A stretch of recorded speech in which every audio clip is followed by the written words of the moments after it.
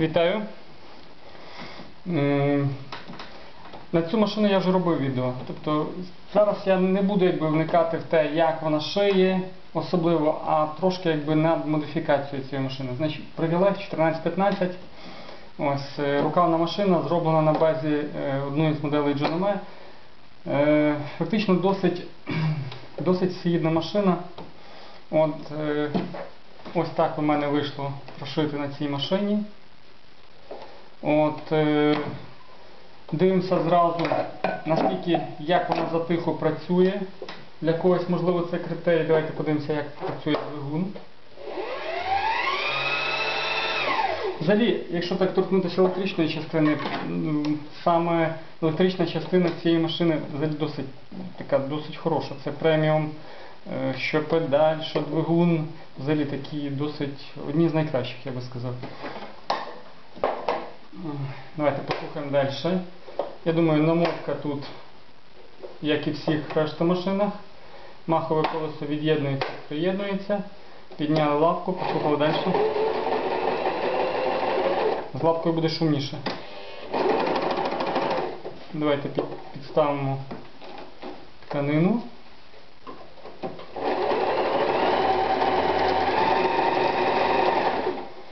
Взагалі машина, я би сказав, одна з найтихіших з таким коливальним човником. Ось. Давайте заправимо, попробуємо все-таки пошити. Ось. Мене тепер понесло на випробування машин, яка машина все-таки справляється з обробкою, тобто з підгином джинсів. І, як правило, я маю можливість набрати таких відрізків багато, саме низів, і можу пробувати. Часто буває, що машини не справляються з переходом цього шва. Тобто вони просто приходить лапка до оцього потовщення, і воно далі вже не може. Тобто зуби грибуть знизу і все. І я попробую на ній, як же вона буде шити це потовщення. Машина взагалі, ця машина, якщо так брати, вона може шити все. Практично від самих тонких, там якихось, не знаю, підкладки, стрейч, шифон. Все це буде критично на голках. Якщо голку підбирати хорошу, дорогу, значить буде все шити. Якщо підбирати таку собі, тобто умовно якусь дешеву, толку не буде. Так. Знову ж таки їдемо. Шпулька за годинниковою стрілкою. Обов'язково натяг зробити відповідний. Вкладаємо. Дістаю ниточку. Висота підйому, тобто двойна, перший раз фіксується, потім без фіксації, зато дуже високо піднімається. Це не означає, що я можу прошити таку товщину. Тобто товщина тут все-таки в межах, повинна завжди їздити в межах якихось розумних норм. Я завжди відштовхуюсь від того, де зупиняється в нижній точці, наприклад, сам ігловод. Відповідно, цю товщину фізично може взяти машинка. Механічно це теж наскільки вона візьме, наскільки ці слої проковтне, наскільки проб'є і так далі. Так, натяг серединка. Пробуємо.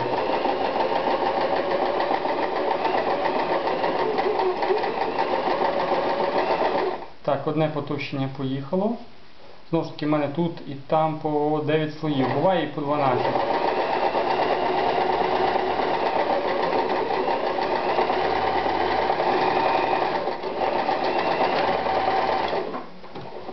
Жваво взяла, мені дуже подобається. Я інколи навіть не очікую від якихось більш сучасних машин таких результатів. Це взагалі дуже добре. І їдемо далі.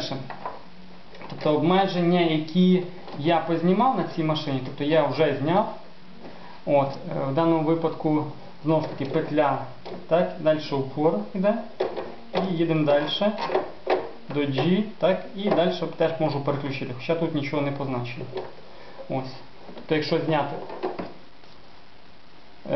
тобто йде вал, на якому є стопольне кольцо, і за кольцом є шайба. Так, ну, візьмемо невеличку викрутку, наприклад, це. Ось, є стопорна шайба. Тобто я взяв, тобто вона була висока. І оцей упор, ось оцей, це нігот оцей. Він приходив і впирався в цей упор. Відповідно, він зупинявся ближче.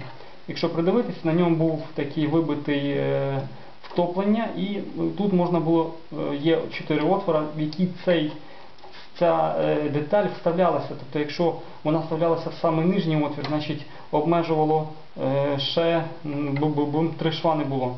Тобто фактично пряма строчка, зігзаг, і на D це у нас еластичний шов. А всіх інших швів нема, тобто ще 4 відповідно. Таким чином можна і інші машини модифікувати, тобто знімати це обмеження, яке просто фізично не дозволяє крутитися самому перемикачу. В даному випадку я не відпилював, тобто я не знімав, тому що якщо стопорне кольцо зняти, то цю шайбу, коли знімаєш, цей штир, так, в вигляді трубочки, його треба вибивати, потім знімати цю деталь, відпилювати. Ну або якщо пиляти тут вже на машинці, тобто можна пиляти, відповідно пилюки буде багато, амбразив, який посипеться в машину і йому там буде недобре. Ну, верніше, машинці від амбразиву. Тому я просто взяв плоскупцями і відкусив верхню частину. Тобто так, щоб оцей фіксатор, так, оце возвишення, тобто воно пробігало повз нього і впиралось вже отут є випуклість така. Тобто він якраз служить для того, щоб, тобто фактично можна було спиляти от оцей, так? Але тут є упор. І оцей упор повинен бути. Тому що якщо його перекрукувати сюди, наприклад, от сюди я йду, так? Сюди крокую. Якщо я ще далі покрокую, то кулачок, який бігає по копірних дисках, просто провалиться ззаді. І відповідно, поки його не розбереш, не дістанеш назад, не повернеш на возвишення, тобто машина не буде працювати. Це зрозуміло. Ну і в даному випадку в мене з'явився ще один шов, який в стрейчому виконанні робиться ще стрейчовим швом. Тобто у нас є ось такий шов з маленьким кроком.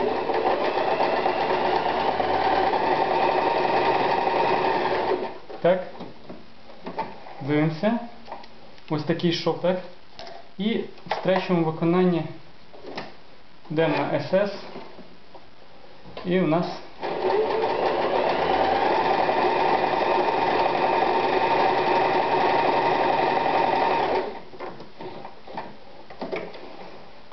ось з'явився ще один такий шов. Ну, принаймні, прикольно, не було, і він став. На цьому все. Я думаю, було відео коротке. Бувайте, заходьте в гості.